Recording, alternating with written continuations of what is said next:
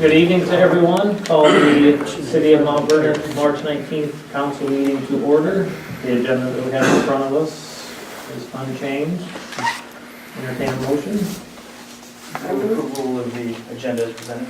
I second. All in favor? Aye. Opposed? Motion carries. Next item, communications. Is there anybody that would like to address the council? If so, please step forward. Seeing no one, we will move on to the consent agenda. Approval of council minutes for the March 5th council meeting. Approval of cigarette licenses for Gary's Food, Chameleon, and P&P. I move to approve the consent agenda as presented. Second. All in favor? Aye. Opposed? Motion carries. Next item, public hearing on the proposal to enter into a development agreement with BBKJ Incorporated. I'm now opening the public hearing on this matter. Anybody that would like to address the council? Seeing no one, I will close said public hearing and move on to G1. Resolution 3/19/2018A, approving and authorizing execution of a development agreement by and between the City of Mount Vernon and BBKJ Incorporated. Chris? Like I said, this is the final step for this second development agreement. Has an $8,000 cap on the legal fees. Otherwise, it's very similar to the other development agreement that was approved with Scogan, with the exception of the total dollar amount when it's all said and done. Bryce is in the audience if you have any specific questions for him, but I think we've been talking about each one of these for almost 7 or 8 months now, so if you have any questions, I'll try to answer. I don't think there's anything new for the council. Anybody have any questions? My only question doesn't have anything to do with what's in front of us, but when we start digging, I guess, is it? We should be in shape to get going next week on moving dirt. Awesome. He's looking for stakes out there, and I'm seeing stakes. I sure didn't want to see corn out there, so. No, it's, I think MMS got the dirt plan or the final grading plan today, or else it's gonna be today, Sheshinger in the morning. So, and Dave gets through that, and we should be able to start stripping topsoil, and then he thought we'd be about 3 weeks out on getting the final plan of improvements. You know, from Dave and you guys for approval, and we'll start doing the piping, but I'd say by July, we should be paved on the first phase of it, so. Wow. Yeah, fantastic. The weather's been really good. We started moving dirt first of the week up in Hiawatha on a couple site jobs. Some real sandy material, so, Good. Hope it continues. yeah. Anybody else? Otherwise, entertain a motion. Move approval of resolution number 3/19/2018A, approving and authorizing the execution of the development agreement between the City of Mount Vernon and BBKJ Inc. I'll second. Go ahead. Eric, with the second. Any comments? No comments? Roll call, please. Radovish? Yes. West? Yes. Lisa? Yes. Christensen? Yes. Rhodes? Yes. All right. Wonderful. Next item is motions for approval. Consideration of claims list. We should have a copy of it in front of you. If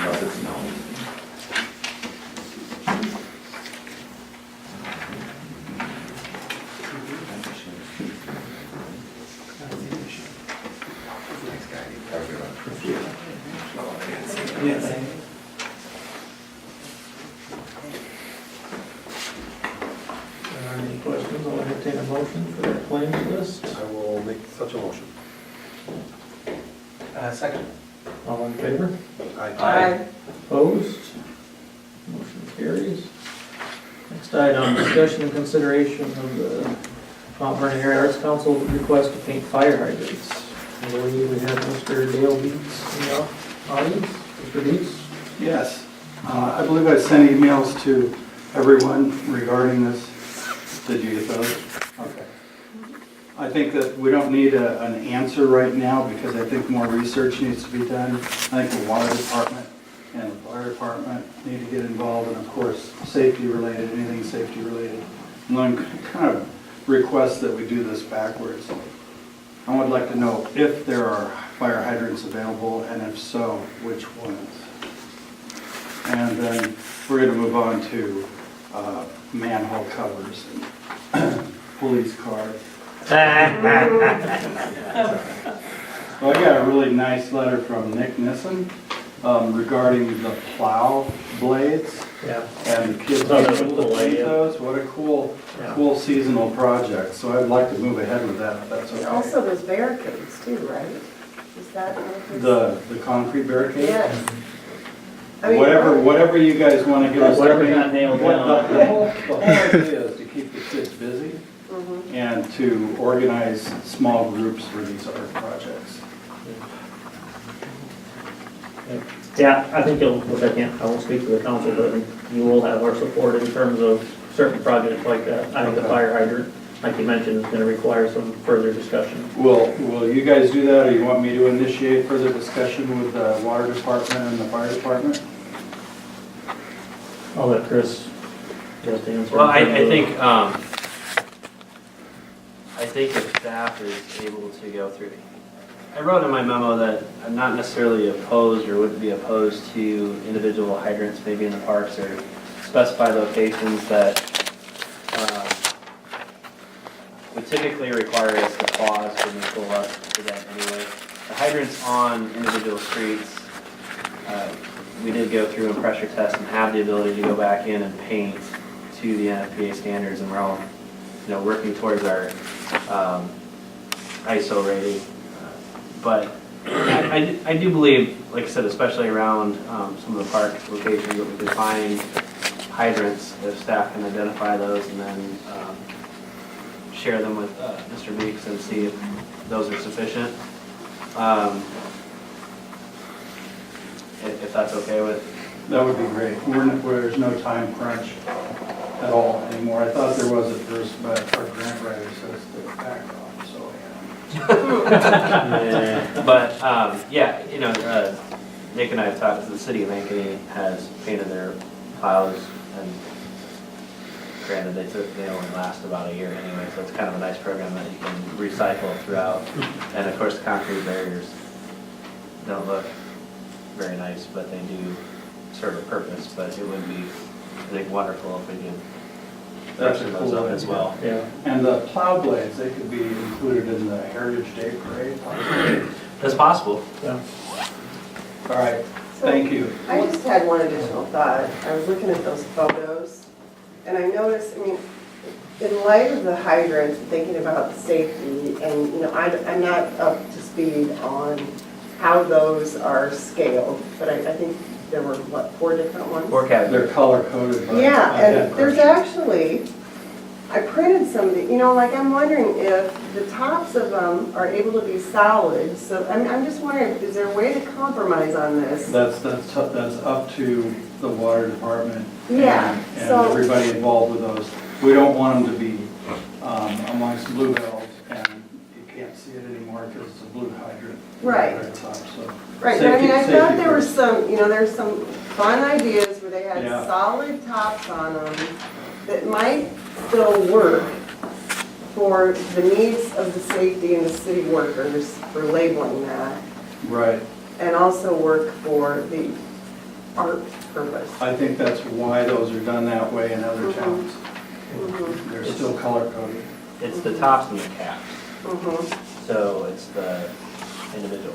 If you're going to, first and foremost, I want to point out that following the NFPA is voluntary. It's not a requirement per se of us to do. So we go through this, again, it's a voluntary insurance safety and ISO rating. The best that we can do with a volunteer fire department is 4.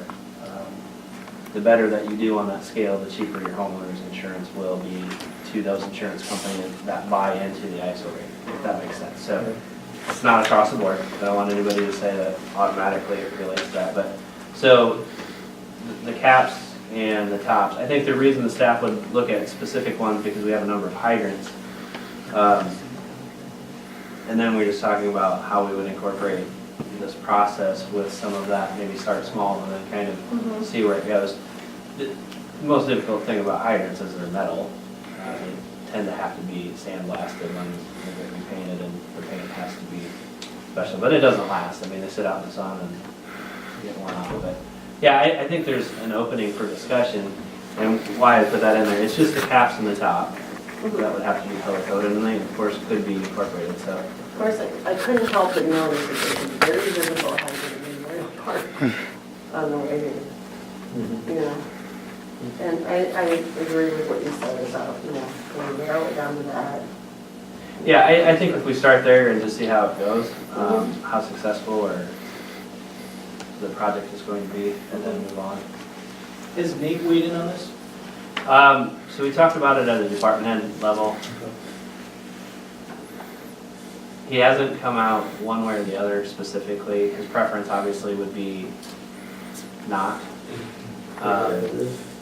But I don't want to, obviously I don't want to speak for him. I think he would, as would I, our preference would be, obviously, our recommendation is their safety devices. However,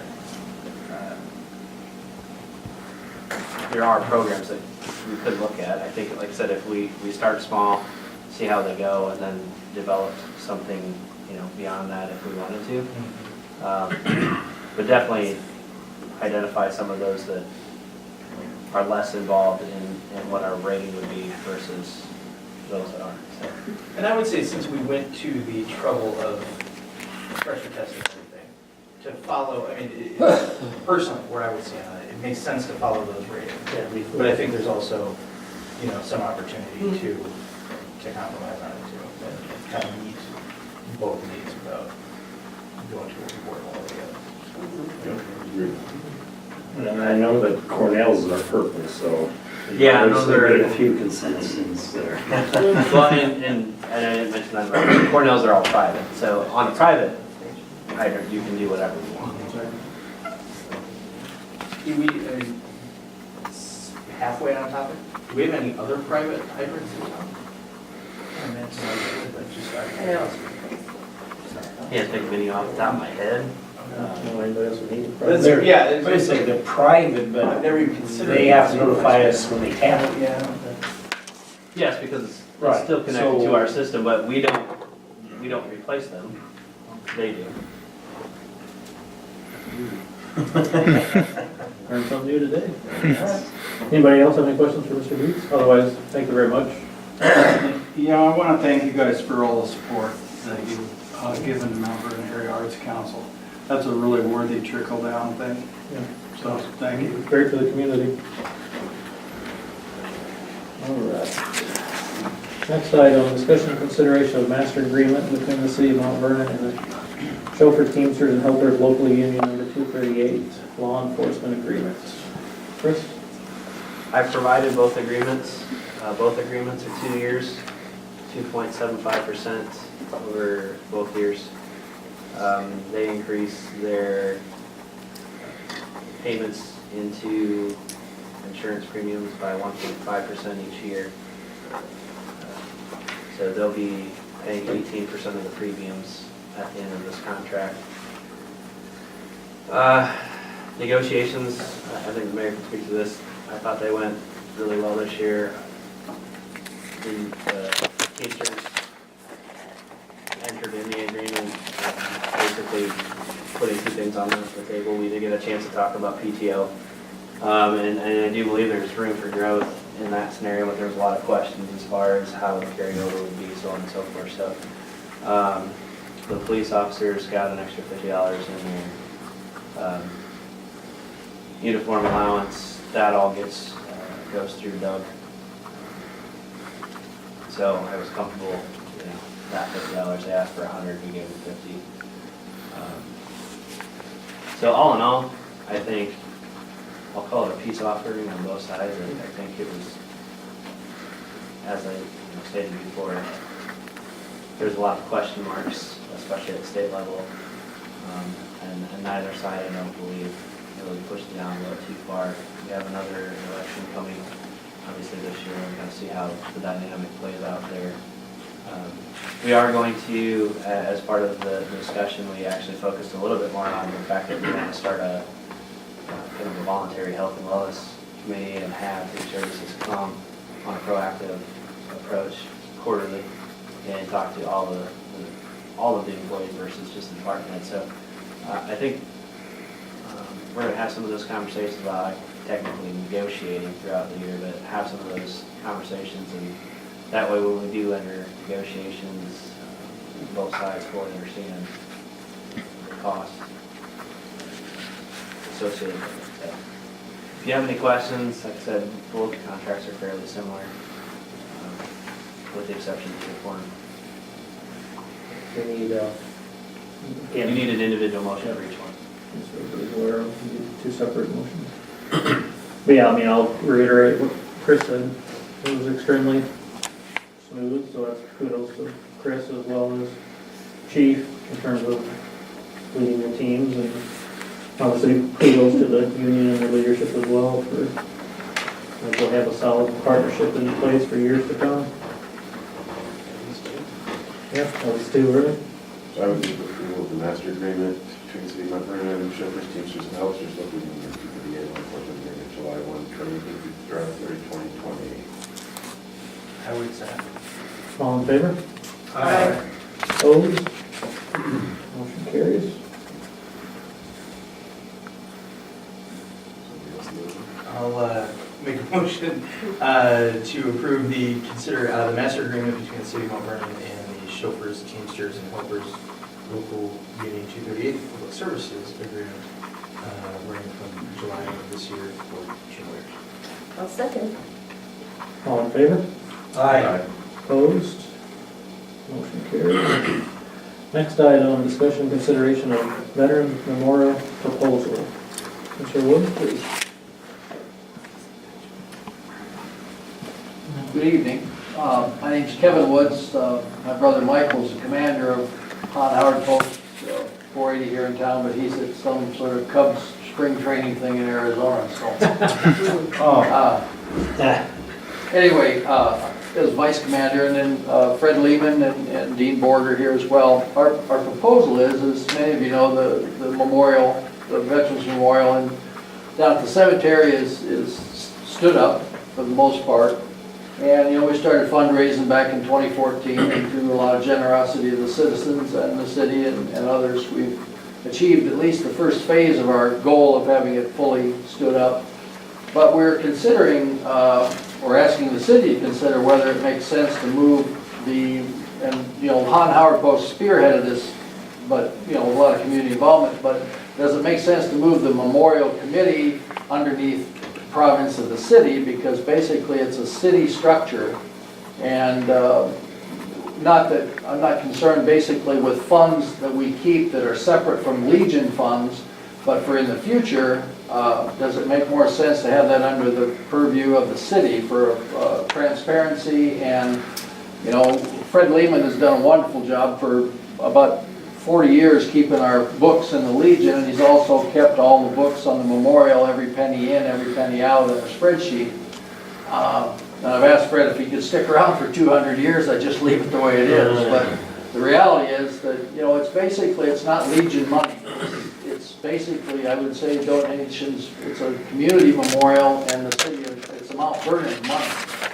So that's one aspect of it that we were proposing, to form a memorial committee under the tax exemption of the city for donation purposes, and that we would continue to staff it. I mean, as far as a chairman and a vice chair for now, and I've got some bylaws, I'm not sure how this works, if it's even possible under the city. But we want the, obviously the funds to be retained for the purpose of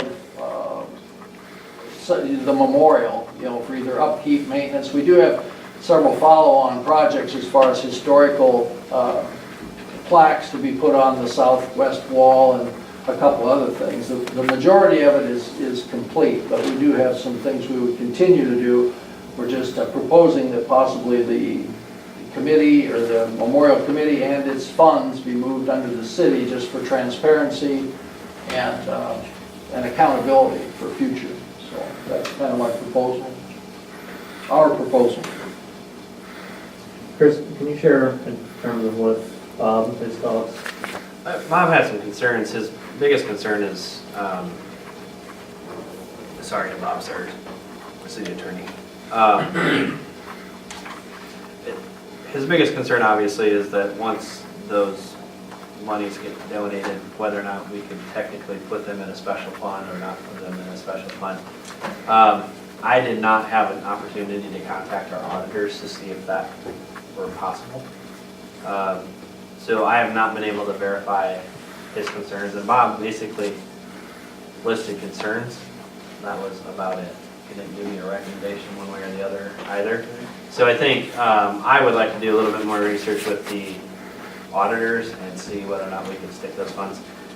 My biggest concern, obviously, if we can't, that those funds get basically enveloped into our general fund.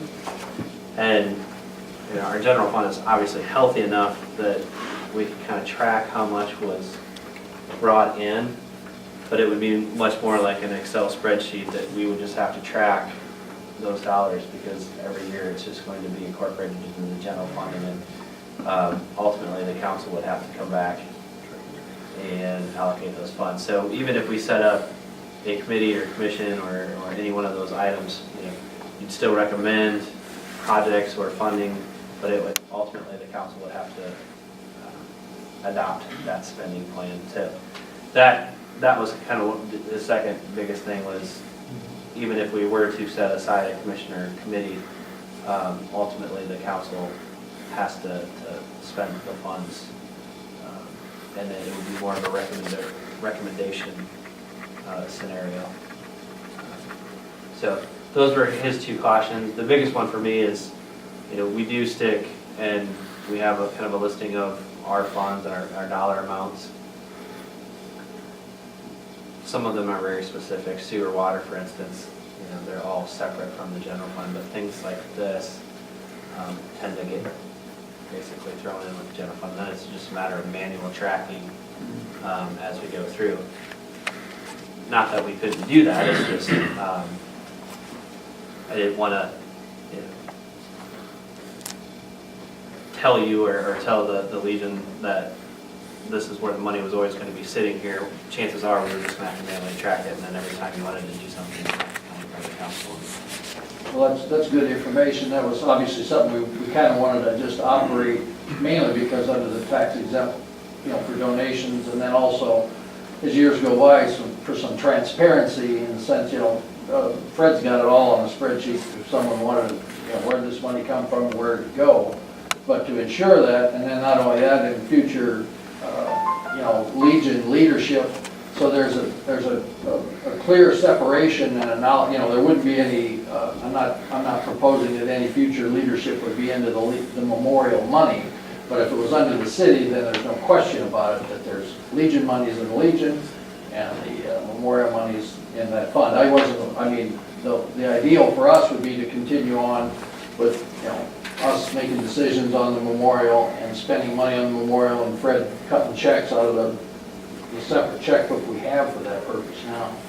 So it was just an idea. I don't know if we don't think we want to cause excessive administrative duties on the city, but it was an idea for, I'm thinking, 5-10 years from the road when those of us who were involved in the initial launch of this thing, memories get fuzzy and where's this money and all that kind of stuff. So that's kind of the premise, is that something to consider. But I definitely think we can do some more research. I think it was same for you, more the concern on my part that if it did get basically thrown in with the general fund this year, that keep in mind it's a simple Excel spreadsheet that we're going to keep showing. Same thing, pennies and dollars. Our funds are audited on a yearly basis, but you won't necessarily see in the audit, memorial funding per se. okay. But I would say ultimately, all spending, even at this level through claims, gets approved by the council as well. So that would be one one extra step that you would have to go through. Ultimately, the council would have to approve any spending, even once those funds are turned over. So they wouldn't necessarily be standalone by themselves, I don't believe, unless the auditors know a way for that to do.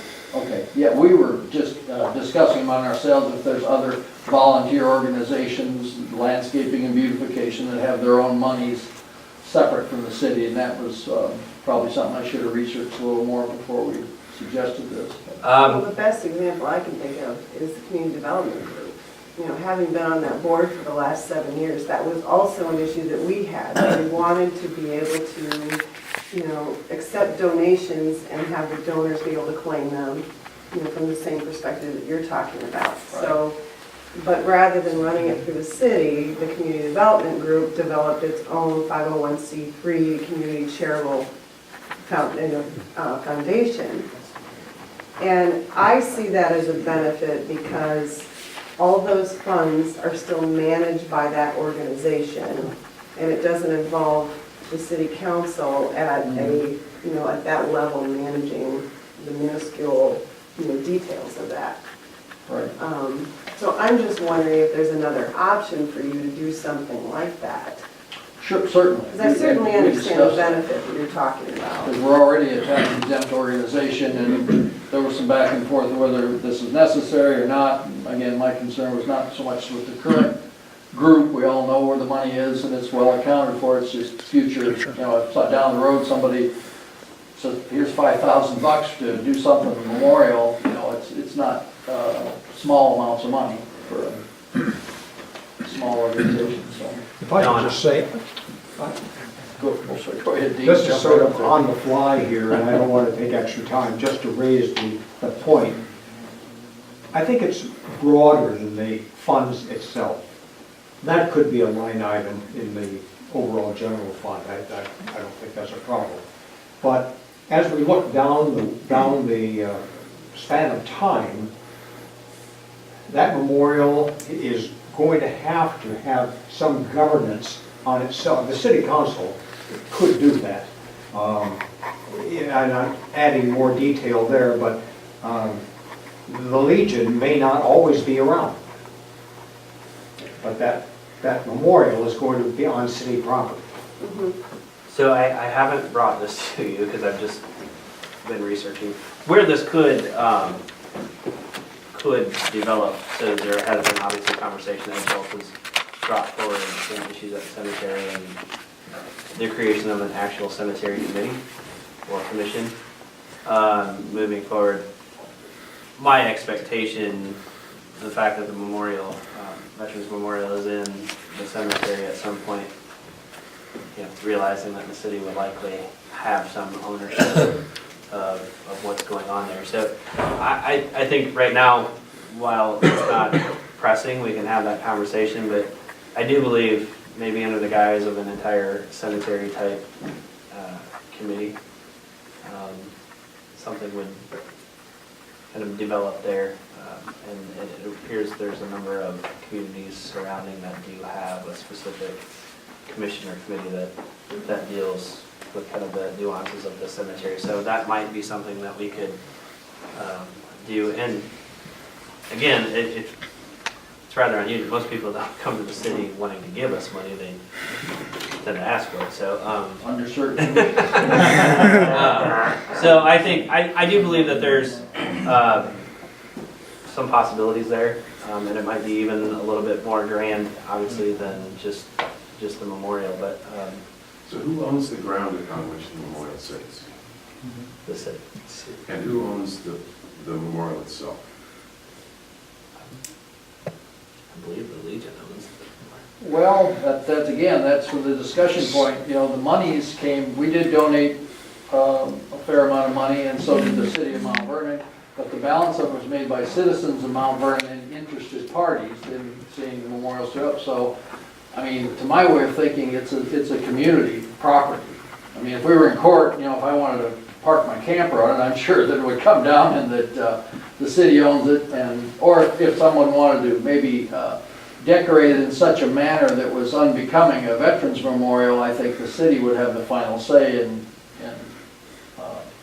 Is there Not some approving that. agreement that that would outline some of this information? Or, and I guess my question along the same lines is there an agreement that outlined who is responsible for the maintenance and upkeep Responsibility. going down the road? Precise. It was a verbal discussion, but I don't think there's any. How does I'm not our, in favor of verbal. I'm in favor of all discussions. No, I think ultimately, when the council made the decision to allow the memorial to be constructed at that, we took some ownership Right. of that memorial. I don't believe there's a physical written document Yeah. that was conducted prior to that, but, yeah, I like, again, I do believe that at some point, sometime down the line, it will be ours. Our biggest priority at the moment is to finish up the memorial and get it looking the way we want it to. The next thing on the item is landscaping, and we've been fortunate to have a former local citizen guarantee up to $5,000 to finance the landscaping, and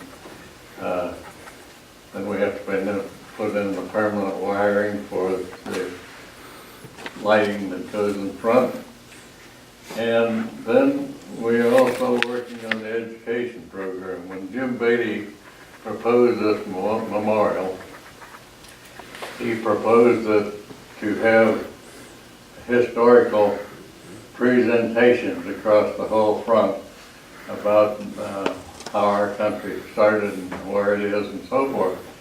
And working with nameplate, and they're seeing if they can start with the Declaration of Independence and create a 20 by 48, I think, reproduction of that that'll be durable, mounted on the front, and there forever.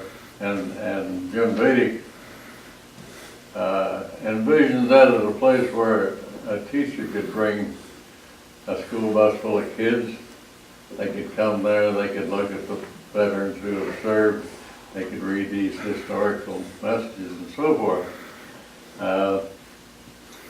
We have the first 100 bricks. I don't know whether you ever walked the brick line down there, but we have 100 engraved bricks that people have purchased for $85. And we have, I think Mike said, nearly another 100 that we hope will be ordered and presented by Memorial Day. And we'll continue to sell bricks. We have room for what, Kevin, 400? There's 700 in there, 700 Yeah. spots, but we, And that'll pretty well bring things up to date.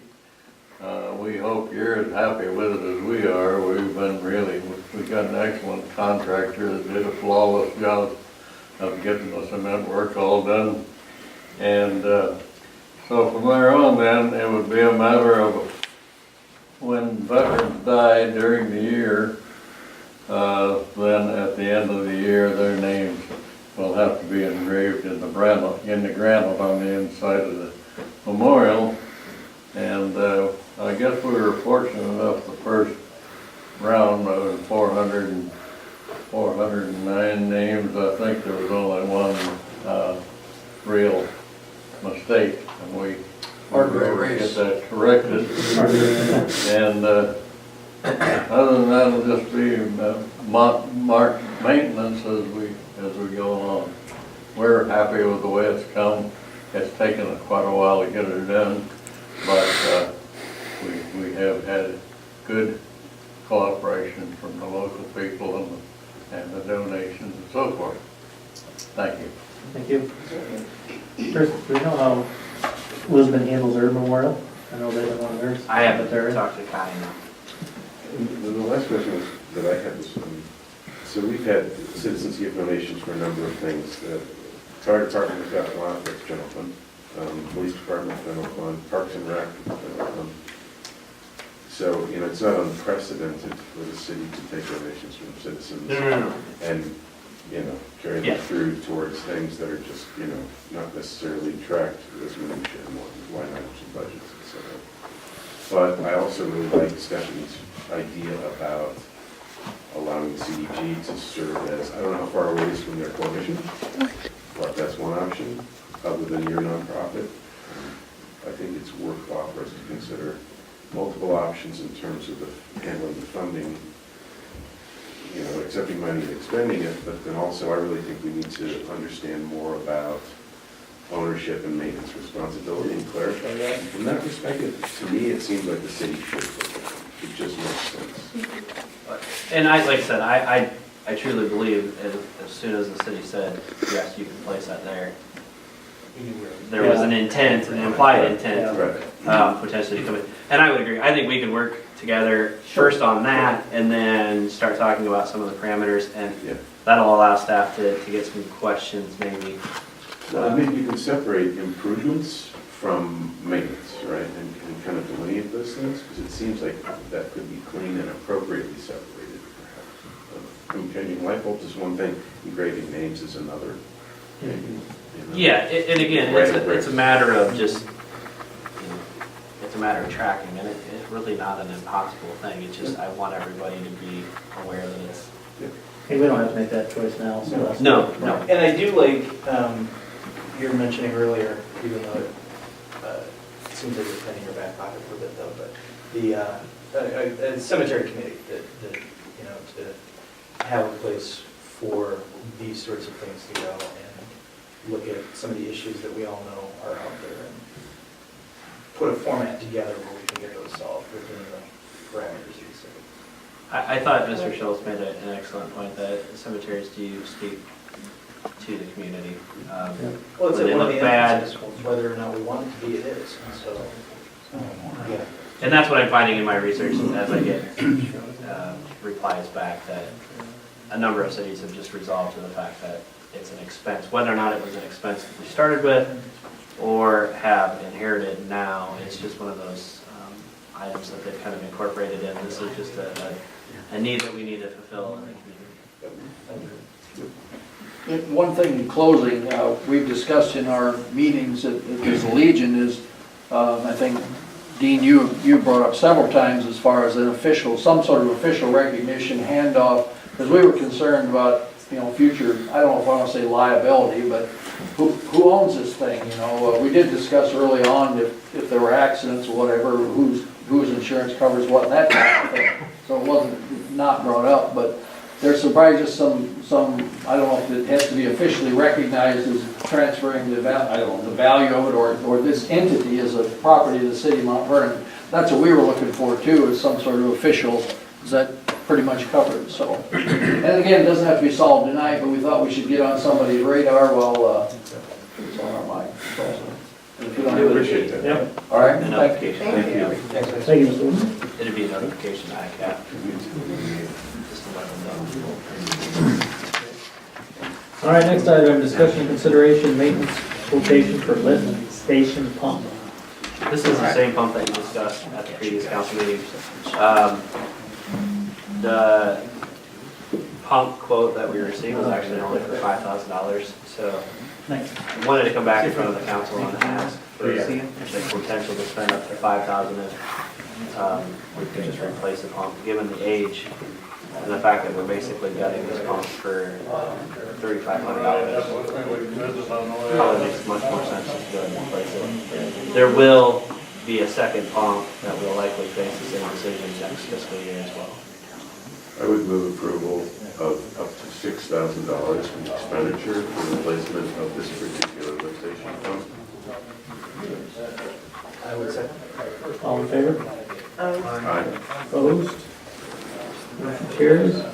Next item, discussion and consideration of Mount Vernon K-9 program. Chief? Thank you, Mayor. Council, I'm bringing this back in front of you. We presented last January to you guys the proposal for a K-9 program, my desire to implement a K-9 program. And we had some staffing changes and kind of got derailed a little bit or slowed back a little bit. So I think we're at a point where the K-9 program, the funding sources and stuff like that, I've identified several of the grant sources and secured some of that funding. And so we're at the point, at kind of the crossroads, where the remaining gap of roughly $10,000, I'm ready to proceed with the public aspect of fundraising. So I sent everybody out everything that I've got, the research and everything that we've done so far, the proposed policy procedures, different things like that, everything that I was hoping that would answer questions that you may have in that aspect, including some of the history of what we're experiencing with our arrests and what we continue to encounter on the streets, and where the canine program will be extremely beneficial. So I'm just asking for consideration and approval, formal approval of the program, so we can go to the next steps and continue to, secure, like I said, the grant funding is there, but securing that last stage of funding and start putting things in place. Entertain any questions you have. Well, so from one of the things I recall from the last discussion was the questions about, when you need a dog now, where do you get it? And what I remember is that both the county and Lisbon have canine units that can provide services to Mount Vernon and do. It's not unusual when the need arises. My concern about this is the addition of any future capital recurring expense when there, it seems to me, is an alternative for that capability, law enforcement capability, that's not too far from availability, right? I mean, we've been able to do that without having to take on capital or recurring expenses. If your approach is to get grant money and fundraising to make this happen, then I have no problem with it personally, as long as we have established in a very concrete way that those are the conditions, that there is no additional capital expense, no additional recurring, whether it's taking care of a dog or training officers in the future. That's my perspective. Thank you. And what I would say, with the other canines that are available that we've used, sometimes they're available. And I think having some ability and control, it's just like any other tools that we use in our career. Every one of my squad cars is equipped with PBTs to test drunk drivers. We are back and forth with the county, with Marion, with Cedar Rapids, and Lisbon, constantly from those. It's a matter of when the tools are available. A canine especially is a unique tool. So anything that we have that we can control that, it's going to be an added benefit for us. It's going to increase our availability 40 hours a week that we don't have right now. One incident that comes to mind is we had a complaint last year about this time last year of a odor of narcotics that was in an apartment building. And the odor of narcotics is in an apartment building within walls. You can't identify specifically which door the odor is coming from, because it's permeating the entire stairwell and everything else. In that incident, I had to wait 5 hours before a canine came on duty to be available. And was that Lisbon or the Lynn County? We had to wait for the Lynn County canine. Was the Lisbon dog not available? Correct. Yeah. So there's a lot of times that it'll transfer agency to agency. If Marion's got one out, I'm not going to call our dog out. I'm going to see if I can request the on-duty dog to do that. That specific day, nobody had a dog available at that time. And when you're at the whim of another agency, you're asking them to call an officer out. There's a little more control factor. Is there any possibility to have 2080 agreements that help ensure the more rapid and more provision of canine assistance? There's some of them are in place. It's more of a mutual aid agreement. We constantly go assist the county. They're constantly coming in and backing us up on calls and stuff like that. Mutual aid agreements specifically address canine services? No, not necessarily specific for that. So I don't know that we're going to get a significant improvement by relying on another agency from that, where if we have the control aspect, if I need a dog, and there's always going to be the vacation or he's out of town, there's always going to be those whims, but it's a valuable tool for us. I think to maybe answer your question though, typically even the 2080 agreements that discuss the use of a canine, most 2080s that I've reviewed have the caveat in there that they have the ability to send the animal out if it's available. Typically they won't call somebody out because it's a call out for them. So same thing, my conversations with Doug has been mainly monetary, obviously. Here's your budget, can you live within the confines of that budget with this canine operation? And it all comes back to management. You either can, by controlling the amount of overtime, because that's where a majority of the long-term costs come from a canine. You'll get vets that will typically donate care, you'll get co-ops that will typically donate food, so a lot of that stuff you can get donated. It's really the training and the overtime costs that become long-term expenses. My comment back to Doug was, I don't want to see any jump in your overtime. So how you would work that into a 28E is if our dog's available, we would send it through the mutual aid agreement, and vice versa. If the dog here is on duty, then during those duty hours, then you have the ability to come in. So you're talking about canine reciprocity through 28. Essentially, that's what a 20. Rather than it being a 1A. Correct. One-way street. Yes. Well, 28s can be Yeah. any kind of agreement to provide any types of services mutually beneficial.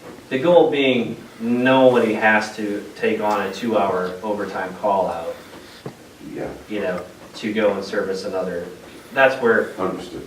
conversations tend to break down. My question as far as long-term capital. So typically the canines come in and you can get a lot of funding up front to cover all of the initial costs. We would add a vehicle to the fleet.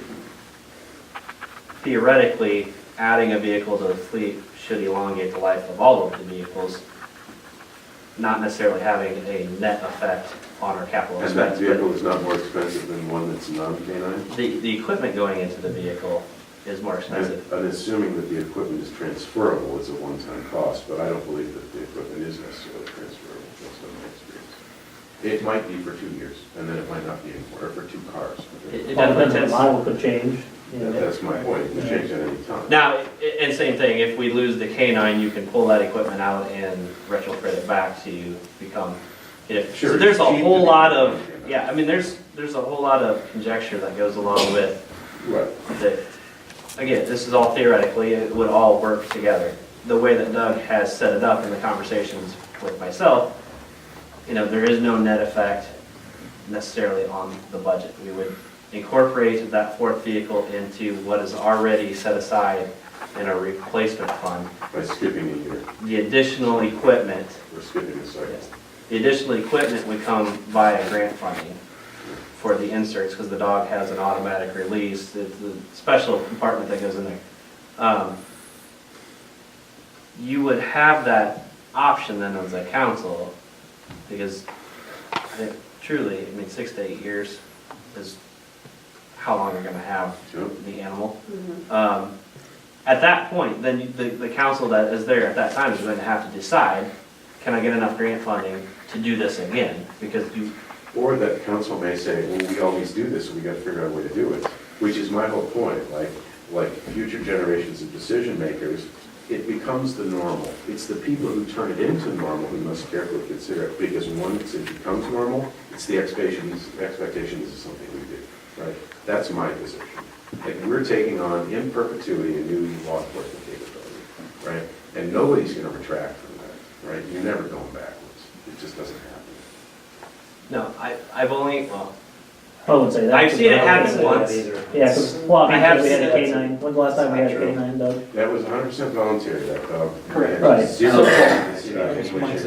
Right, but I'm saying. So mid-90s to the early 2000s, I didn't even look at the plaque on the way down to see where that was at. But that was 100% paid for by a reserve officer. Mhm.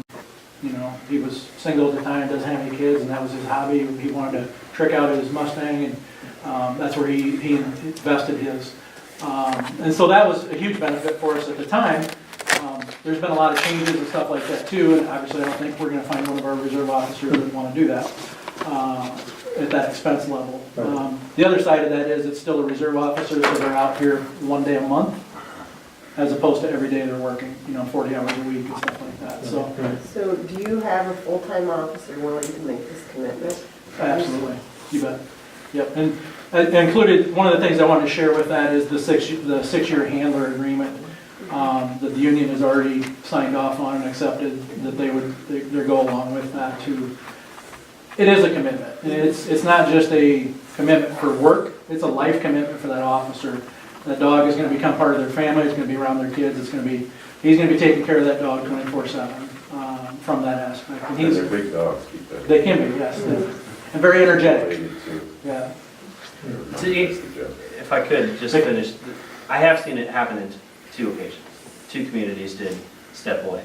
In one community, politically, it did become a question mark, and the Rotary stepped forward and funded the second dog. So they did have a year lapse in between the canine, and an outside entity did step forward. So the second, the community stepped away from the program in its entirety.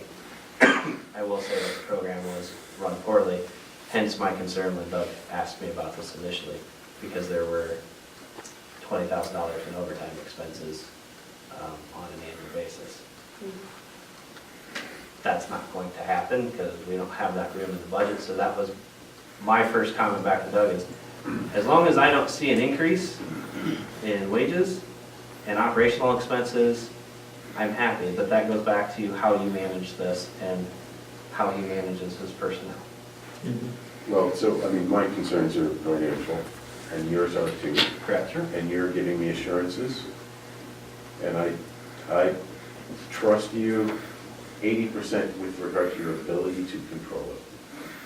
There are the 20% where if you as a council come back and increases 10,000, you know, his budget 10,000, I have little to no control over that. I will say, between the conversation that Doug and I have had, he knows where I stand as it relates to additional expenses into the general fund. We grew 20,000, roughly $20,000. We don't have the room to expand currently for another general fund expense. So my comfort level is, under these set of circumstances, if you can live within that and your staff can, I'm comfortable. Yeah, which goes in line with the first thing I said, as long as there's no additional capital or recurring expenses involved, I'm all on board. How do we ensure that that's the case? You can't. Because at some point, 6 to 8 years from now, another council will have to make that You should decision. establish a But resolution. then you've got to have data at that time to review at that point in time. And also, if we don't pull the plug and give the opportunity, we don't know what's going to happen in terms of donations. I've tried to be transparent as far as what my vision of this canine program is. And last January, when I presented it initially to council, I spoke very forefront about this being a community program. What we haven't talked a lot about is the public relations aspect with it that comes with a program like this and different avenues from there. And generally, they're very well supported in the community, and I believe ours will be as well. Knowing full well, kind of going back to the financial aspect, I have other things that we need on the police department that are going to be budgetary related items that we're not going to fundraise for. And we've talked about those with personnel things in the future as we continue to process. And so I'm fully committed to this program being a public supported program in that avenue. And I want you to know that. That's where I'm at. No, I don't think there's any question with that. So in terms of the action that you want the council to take tonight, if you would just clearly outline that. I'm at the point where I've secured roughly $17,000 in funding for some grant funding that has to be purchased in the next few months, so we don't lose the grant funding for the equipment for the vehicle that normally we may have to equip ourselves. So some of that funding is going to benefit us there. So basically what I'm looking for is really a formal adoption that I can move forward with the canine program and then be working back with vehicle quotes and stuff like that. And then those items will come forward at future council meetings with the specific items that we need to purchase line item by line item as we go down through this. But before I can open up the public sector funding and try to finish this final gap, we're kind of at that point. Yeah, and the top priority for me is not financial, it's safety of this community, and I think that Don would help quite a bit with the safety of the officer even, and the community, so. Financially, yes, it's a big deal, but safety is always a priority. So if we give the go-ahead, given the training time and all those factors, at what point would the canine be ready to go? Depending on when we sign, once we identify specifically which handler we're going to agree to go with, and I've got my recommendation based on funding and locality, and access and stuff like that, and what a lot of agencies around are doing, but finishing the research on that. We could be looking at the officer being at training possibly later this summer, maybe. I think he's got a class going in August, and then coming out of that, it's generally a 5-week program. So this fall, we could be up and running possibly from that. That's kind of my goal right now, unless something falls through. So, Chris, what would you think about approval of this through a resolution that tried to establish some kinds of parameters related to future funding? Is that a ridiculous idea? Is it Well, it not won't very have, often, but reasonable? it won't have a lot of teeth. I think what it would do is establish your feeling or what you're very specific about as far as the K-9 moving forward. So there would be be zero question for future council to contemplate what the council was thinking at the time that they approved the K-9. Because often what they have to go from is minutes. So you could pass a resolution, kind of outlining your parameters of how or why you were adopting the K-9 program. Keep in mind that any council in the future could pass a subsidiary to that. In order to, by the book, get around it, they would have to pass a resolution that set that one aside, which is not a trivial thing. No. There's so many things that are not memorialized by resolution that are of substance, whereas we do lots of resolutions for things that are sort of pomp and circumstance memorializations, right? That is something that I find to be very ponderous, right? The mayor has to read lots of things that are just, it's not that they're not important, but the fact that we use the tool of resolution 30% of the time for things that are just kind of nice words, right? Checking the box. Versus things that are important decisions and things that we're establishing as policy, not just verbally and hopefully captured in the meeting accurately, in the meeting minutes, rather than use that tool to formalize real policies, hoping that people have to stop and think and take a significant action to change their behavior or change the policy, right? I mean, this is my idealistic view of how government should work, but I feel like this is one of those opportunities. In the hierarchy, obviously you have ordinances, your laws, and they have the pre-reading, public hearing resolutions that are stepped down, and they might have a public hearing, they may not have a public hearing, and they can be changed by subsequent action of a future council. However, you're right, it does specify in there, it's not something that you're just going to make light of necessarily. And then you have your discussion and consideration of your just normal actions, which again kind of rely on the minutes to state forward what the purpose was. We keep our packets for 2 years. So once that's gone, if it's not on the computer, it's essentially lost. So if you have this discussion or in this packet, reference a memo that I write in discussion and consideration, we'll have it for a couple of years beyond that, maybe. Yeah. Go to the sun after that. Yeah. My memory doesn't go back to practice. But yes, I think if you want to kind of memorialize it in a resolution, we can put it in a resolution format. Well, I'll float that balloon and then I'm going to step off my soapbox and keep my mouth shut. No, it's all good discussion.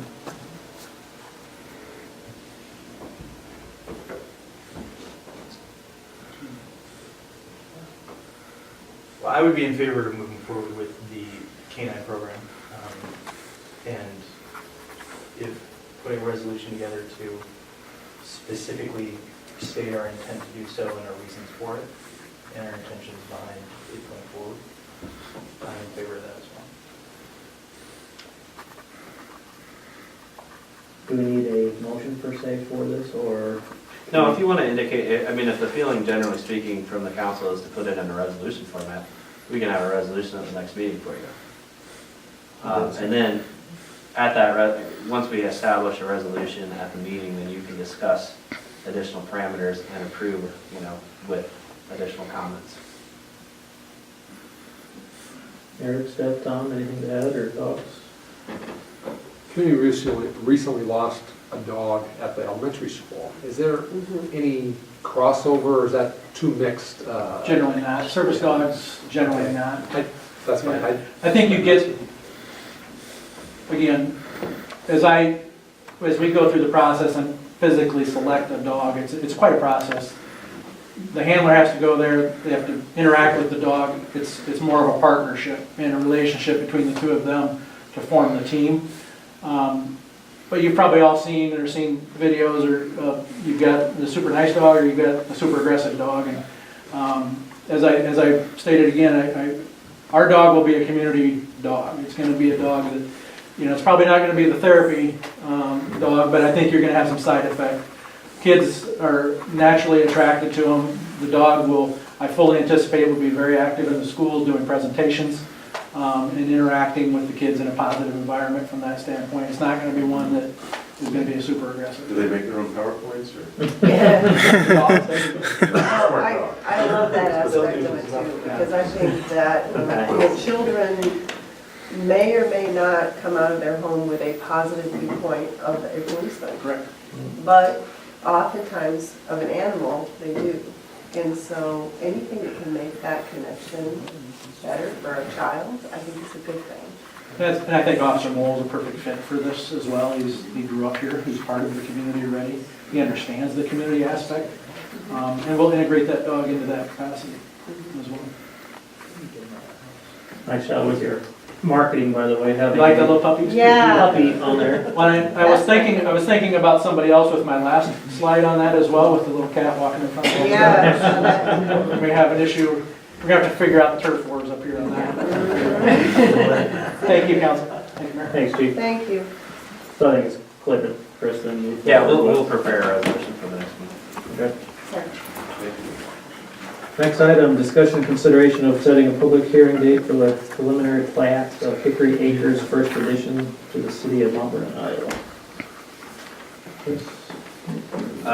This is just setting a public hearing date. The planning commission has reviewed this minor subdivision and made its recommendations, so it is now ready to set the public hearing date, and we'll be at the next meeting. So I move we set the public hearing date for this, the date for this public hearing in our next regularly scheduled meeting. One second. I have a question real quick. What does on-site waste disposal consist of? That's Is that just, make sure you're aware of it? All in favor? Aye. Opposed? Motion carries. All right, next item, reports. Lisbon Mount Vernon Ambulance Annual Reports. Hi, I know some of you I don't. My name is Jill Skadden, I'm the director at the ambulance service, and you should have gotten in your packet kind of our annual report so far. So I'm really here to just kind of answer any questions if you have any, and let you know that we are working on an internal assessment to start pretty robust strategic planning for the future. It's getting harder and harder to find volunteers, and our staffing is getting tougher and tougher during the day hours, which also happen to be our peak hours. So that's really kind of our biggest goal right now, is to try to come up with some solutions to how are we going to staff, first and foremost, probably those day hours, and hopefully continue it to be at least a part of a volunteer service, which is what the volunteers would like it to be. This year already, we are up about 47 calls from last year, just in the first 2.5 months. 47? 47. We're running an average of 2.5. That's up a one. I'm sorry? We're running a little over 2 calls, averaging 2 calls plus a day, which is pretty unusual for us. An example would be February. We had 22 calls all of last February, and we had 42 calls this February. Now, So, is that just here local, or is that outside? That's Vernon, local. Lisbon? Wow. yeah, that's between Lisbon and Mount Vernon. We do some tiers with Clarence and Mechanicsville, but those are really down right now. So this is all primarily Lisbon and Mount Vernon. I was going to say, it sounds bad even asking the question, but I assume that wouldn't then mean a increase of revenue for the service? It would mean an increase of revenue. We only get about $200 a call for when we tiered. They bill, the way the billing rules are, they bill for the ambulance call, and then we bill for the ALS portion of it. But we don't have to go through the man hours of filing the insurance and following up with that. The bigger problem is the reimbursement, as I'm sure you all have heard a bazillion times. Right now, we're only getting about 15% out of Medicaid. Doesn't matter what Medicaid it is, whether it's one of the the managed cares or if it's Iowa Medicaid. So an example of that would be a bill of $1,000, we get $126 out of. Wow. And that's really probably our biggest clientele is Medicaid and Medicare. And Medicare is right at about 42% reimbursement right now. So that's, revenue-wise, that's also one of our goals is to look at other revenue streams. We're looking at filing for a 501c3, which we are not at this time. So we can write some grants, which we haven't been able to do in the past. What does ALS stand for? Advanced Medical Life Support. So the paramedics, we actually have one of the most unique volunteer services in the area. Statewide, it's recognized as being pretty unique because we do have 5 paramedics. We have a nurse and we now have 6 advanced EMTs. So we have an ALS provider on every single shift right now, which is pretty impressive for a volunteer service. Yeah. So I'm seeing here Lisbon has brought their per capita funding up to equal Mount Vernon's in this upcoming budget year, is that correct? No, No, they're half of ours. they're half. Well, so I'm looking at 17, says 3 for us, 163 for that, That's and the then one. 18 says 3 for us, 3 for them. So what am I misinterpreting? 17 was broken down with what they didn't give us, what we asked for in 17. Yeah, We asked for the 6,500 and they gave us so 3,500. your 18 representation is what you've asked for, not what you've received? Because we've already approved our budget. No, we received 8% per capita for that For Lisbon. 18. Yes. Well, that's what I stated, which I was told was wrong, and I apologize. No, I'm sorry, 2017, we only Yeah, I got was talking about 3,500. 18. I think they half of what we per capita. Yeah. But so volunteers remains your biggest problem? Yeah, I mean, we're pretty standard right now with, I just talked to them at Centerpoint the other day, they're running about 29. We're at 28 volunteers. Dysart's got 15. I mean, that's kind of the average now, it's between 12 and 20.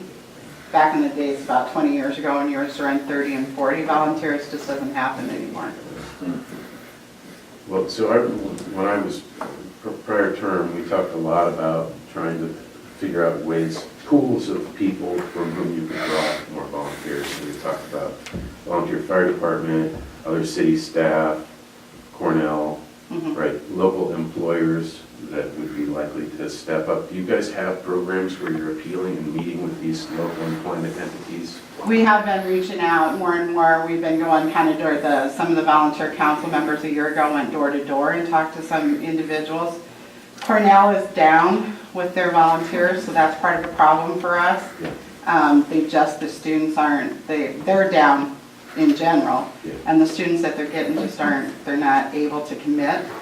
So we tried to drop our commitment. We asked for 36 hours a month, and we dropped it to 12 hours a month, and we still didn't really get much from there.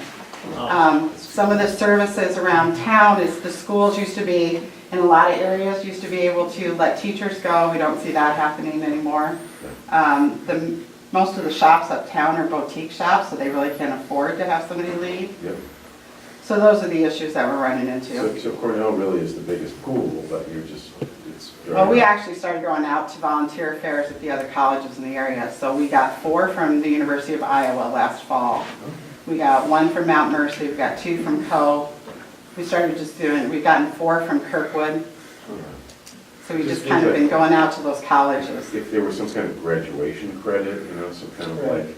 Work perks. experience. Yeah, there's gotta be a way. Part of the problem is their age, the 17-year-old. We do have a 17-year-old on our service right now from North Liberty, as kind of to see how this is going to get. Well, the insurance won't cover him to drive, so he can't drive. So that limits, and he can't get a license to be an EMT until he's 18.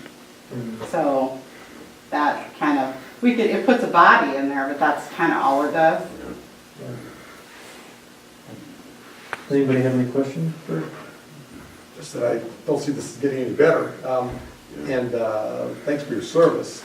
And, there were some recent retirees with Mr. Halsey leaving from school and Craig Allen from Cornell about a year or so ago. And on the topic, I was able to attend the Halsey retirement reception, and I think you spoke, and I think Chief Shannon spoke. That was very, very touching and very emotional. I'm very appreciative of Mr. Halsey, really appreciative of that. I don't have any great answers for you at all. Well, and this isn't just our problem. This is a problem it's a problem nationally too. Volunteerism is just, people are working longer hours on their jobs and just don't have the time to volunteer. And college kids don't have the commitment that some of us had back in the day when we thought this, they want they want the lights and the sirens. They don't necessarily want to hold the hand in the back of the ambulance. So Yeah. sometimes don't keep them terribly long if they're not into the empathy side of it. I think the more you can do too, Jules, what I think you have mentioned here is, have a booth at Chalk the Walk and Heritage Days, just get out so everybody can see who, not only yourself, but just see what you and your team and your staff, all the good that you bring to the community and let everybody know that there is a strong need Yeah. for more We volunteers. have a great volunteer council, and we've been trying to do a lot more public. There's, part of the problem is getting volunteers to also volunteer Right, to do the right. public stuff. So Yeah. we're trying to build a better relationship, but being out in the public, doing more events and things like that. And like I said, going to the colleges kind of, the gentleman at Centerpoint told me that's what he started to do too, because he can't get people in town anymore either. So it's just, now we're gonna start competing with college kids Right. around the community. But so far, it's worked pretty well for us. It sounds like a great job for the board. For what? For the board. Anybody else? Thank you. Thank you very much. Thanks for the info here. Is it too late to request the best? Chief, anything you want to bring to the attention of the council in the report? I think the blazing statement is the page and a half of car accidents we had in February, Oh, the roundup? which is up substantially for that month. There were only 2 at the roundabout. Slick streets. There were, and actually in January, there were 0 at the roundabouts. So, Really? So that's yeah, First first month month that ever? I remember And we didn't have a party? from That should be on the front page of the Sun. Yeah. So other than that, I think I included in here, the update with the continued conversations related to the dispatch fees and consolidation. That's still an ongoing conversation. 911 did vote to proceed with phase 2 of the study to determine what's best for Lynn County as a whole. So keep you on hold and we'll wait and see where those conversations. And then the phase 2 of the study is supposed to bring forward the meat and potatoes of the consolidation, what it would look like, what the governance would be, what the costs would be, how they would fund that, whether it be a countywide bond or anything like that. So at that point, I think we'll be coming back and probably having some serious conversations on how we, is it going to be a full consolidation with all the three of the PSAPs, or is it going to be a Marion Cedar Rapids thing, or and Lynn County stays separate, or there's too many unanswered questions at this point. But other than that, I think it's all in there. Has there been any change, progress, movement towards the assessment of roundabout signage, improvements, et cetera? Yes, thank you. I sent all of the accident reports last week. Yes. To the company. They requested all of our accident data, so they have that. I think as soon as the weather warms up, they're planning on coming down and meeting with us and spending some time out there and seeing where it's at. I So, appreciate that. yep, there is activity. As you know, I'm interested in that, so Yep. any regular updates on that? you can provide. Absolutely. You bet. I think he Otherwise, I'll said say, hey Doug, what's going on? No, it was last week, sorry. Yeah. 2 to 3 weeks, he thought he would potentially be down for visual and inspections. Excellent. Yeah, just have them drive through it a few times, they'll get Exactly. all the We'll take inspections they need. Thank you. While we're on the roundabout before, because I bring this up every now and then, where are we about the fixing of that curb? Because I don't want to get lost in the, they scrape that curb off on the roundabout. Where's that money at, the settlement money? And I'd like to know what's going Insurance or on. DOT or? It's on the main one. My understanding is it goes through DOT first and then indicates back to us. So the roundabout right now is still under the control of the DOT. Right. So I don't know that We don't get regular updates as far as what their maintenance is. We can contact, Nick has a contact at the district office. We can reach. As he shakes his head. We just want, before we get that back, we either need the money or they need to fix that thing. Yep. Because I'm not gonna get a roundabout that's just busted up and they should have fixed it. It's just ridiculous. Well, and I don't necessarily foresee us getting all of that roundabout either because Highway 1 will still be under DOT control. But we will have a negotiation for our section of Highway 30 when they're ready to turn it over. All right. Nick, anything you want to share with the council? Public Works report? Nothing to add. Anybody have any questions for Mr. Nissen? I will say that, well, no, never mind, this is later on. Okay. Matthew, Okay. same?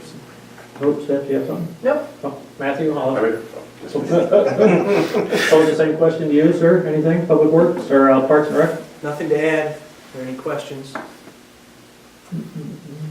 Anybody? pool still leaking?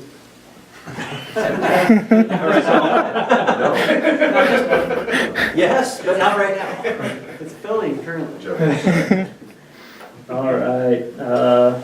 Discussion item, council/staff listening post. Scott, is that you? What I was about to say. Right, so Nick and I are going to be conducting the first of our monthly forums on Saturday morning from 9 to 10. We're going to talk about trees. We recently turned over control, well, took back and, I don't know, clarified control, I guess we would say, of trees in the right of way. We had the recent issue with Alliance, and we've got,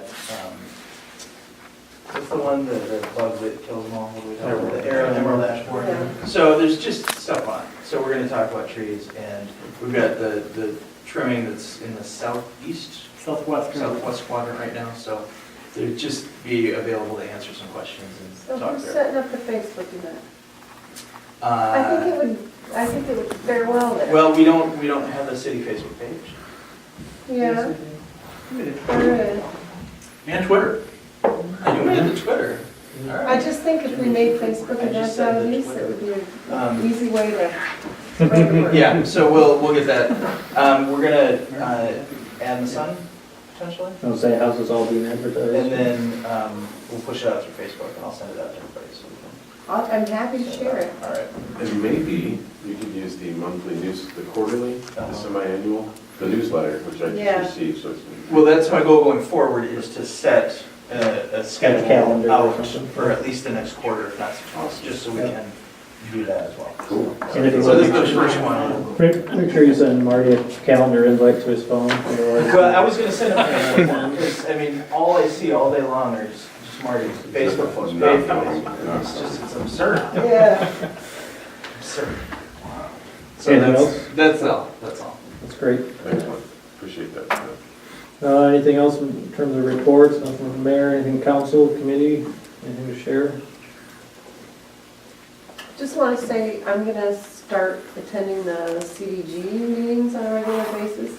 It's part of my connection with economic development. I know Tom's been going to some of those as well, but I hope to be able to report on that more regularly. Now, I know that Joe used to meet with you at least on a really regular basis. Does that still happen? So Pretty regular. pretty much in the, yeah, it's kind of. I don't have In terms of like formally. I don't have a set meeting. I don't think with any of the department heads, it's kind of a come as you will. So I would say I would meet with everybody at least once a week.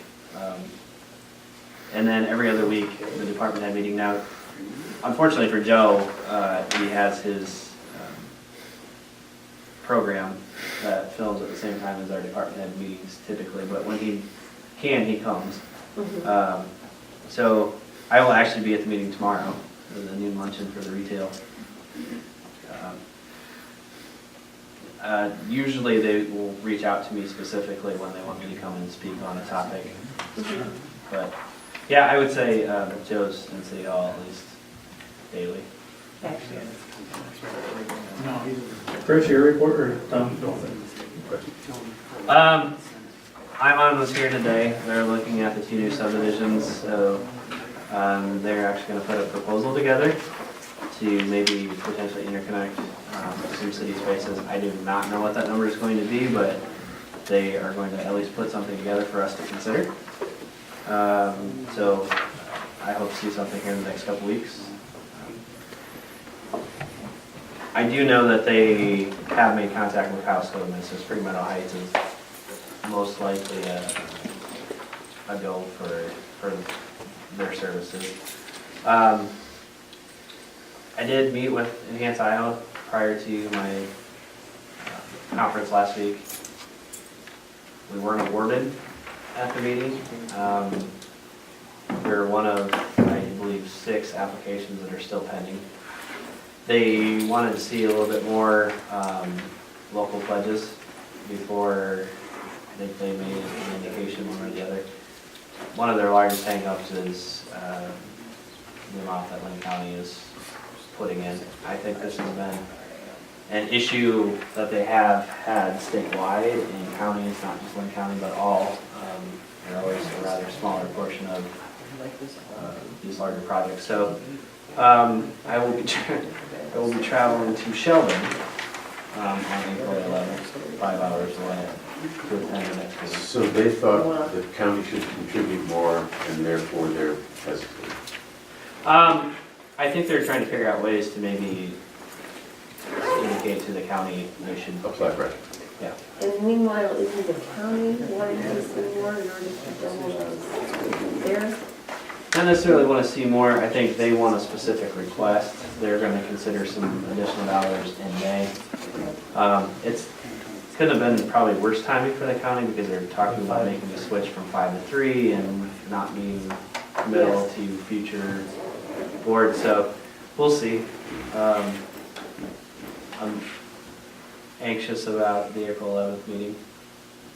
See how that goes. Spring brush pickup actually begins next week. And I left the schedule there for everybody just so that you have it in case you get phone calls. Just a reminder about Wednesday, the joint meeting with the Planning Commission. Confluence will typically run that. I estimate at least an hour and a half to 2 hours, probably. And then we have been working, Tom, myself, and Brannaman and Matt have been working on a Hall Ryan Foundation grant application that gets submitted tomorrow or Wednesday before noon. So it's 90% complete. Ben looked at it over spring break. So we'll see how that application goes as well.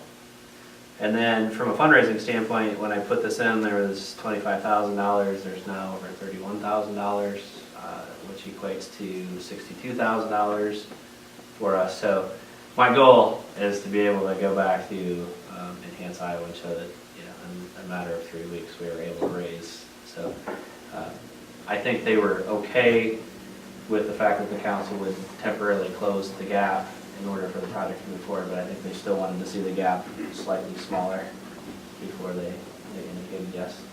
So. Good. And then my last thing, I submitted this to you tonight, put that in front of you. This is the annual report that everybody puts together. SEC requirements after kind of the downfall of large banks. But anyway, it has a lot of good information on our bonds, tells you kind of the history of where our levy rate has been, and it shows you our levy rate, county levy rate, school levy rate on the various pages. So I think it was just a good document to have for you in front of you, just kind of gives you historical data. So with that, I will stop talking. Tom, did you have something? Yeah, my 2 points from Chris's report. The big one is the IMON, getting the linkage with IMON and future developments. I think that speaks to the direction that Mount Vernon wants to aim and what basic infrastructure we are going to provide. And getting speed of service, because I know that's been an issue for Marty for a decade. And the second thing on the Wellness Center funding. County wants more money. Enhance Iowa wants to see more money produced by of people. Brian will, Gracie Brown will. But what's going to drive all of those is local donations, whether it's businesses, personal, or organizations in Mount Vernon. The more we can show those groups, the easier it will be to spring money from all of those groups. And which is going to come first? Enhance Iowa is hassling him, and the supervisors are saying, well, we're going from 5 to 3. We're not making any we're not making any pledges here, and we're being very conservative. And but everybody's getting tapped here, and so the more local giving that we can have, and there'll probably be an event before the next meeting in Sheldon to try to get some more local interest towards the wellness center, and get contributions there, at least to match get the matching dollars from Van Meter too. Yeah. And to Stephanie's point earlier, those funds are funneling through the CCDG, the 501c3, so they are tax deductible for individuals. Anybody else have anything else? No further business, this meeting stands adjourned.